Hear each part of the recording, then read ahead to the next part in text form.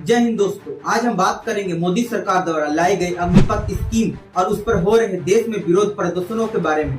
आखिर क्यों देश के युवा इस नीति के खिलाफ सड़कों पर उतर आए हैं? चलिए सबसे पहले जान लेते हैं यह अग्निपथ स्कीम है क्या।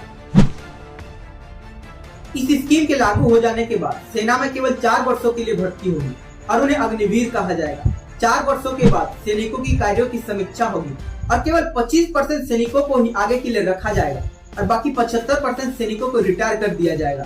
17.5 से 21 साल के युवा अग्निवीर बनने के योग्य होंगे और इस 4 साल की नौकरी में 6 महीने का ट्रेनिंग भी शामिल होगा। थल सेना और नौसेना में महिलाओं को भी अग्निवीर बनने का मौका मिलेगा।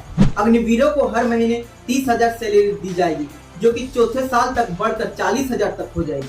रिटायरमेंट के समय अग्निवीरों को 12 लाख रुपए सेवा निधि के रूप में दिया जाएगा, परंतु उन्हें किसी प्रकार का कोई पेंशन नहीं मिलेगा।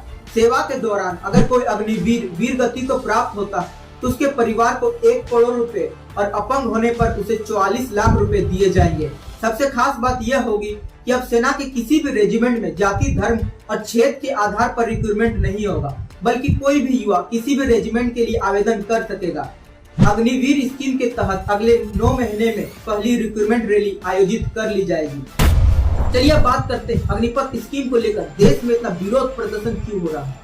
इस स्कीम को जब आप एक आम व्यक्ति के रूप में देखेंगे तो इसमें आपको सब कुछ सही लग सकता है, परंतु इसे जब आप उस युवा के दृष्टिकोण से देखेंगे जो 3-4 साल केवल इसलिए मेहनत करता है कि इंडियन आर्मी में जाने के बाद एक और उसका देश भी सुरक्षित रहेगा और दूसरी ओर उसके परिवार का आर्थिक स्थिति भी।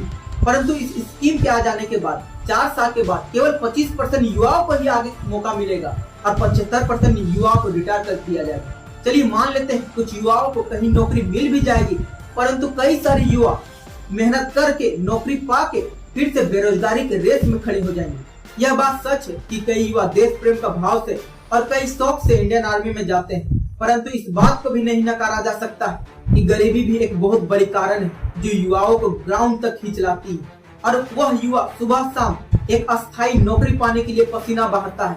आप उसके लक्ष्य को कम कर दे रहे हैं। कहीं उसके पसीने में कमी आ गई तो देश की सुरक्षा आंच पर आ जाएगी। सरकार यह कानून केवल पैसा बचाने के लिए लाई है। 1 रैंक 1 पेंशन के तहत काफी सारा डिफेंस बजट रिटायर्ड सैन्य कर्मियों को पेंशन के रूप में दे दिया जाता है, जिससे कि सेना का आधुनिकीकरण उतना तेज गति से नहीं हो पा रहा है।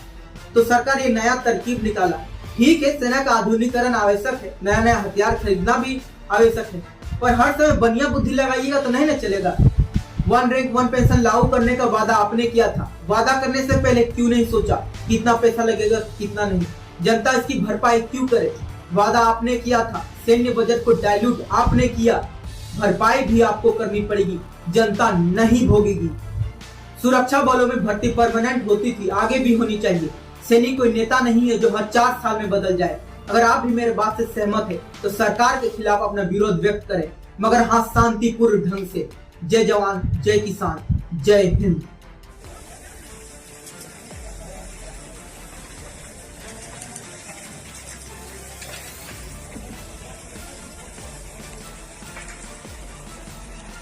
Aduh, gagal.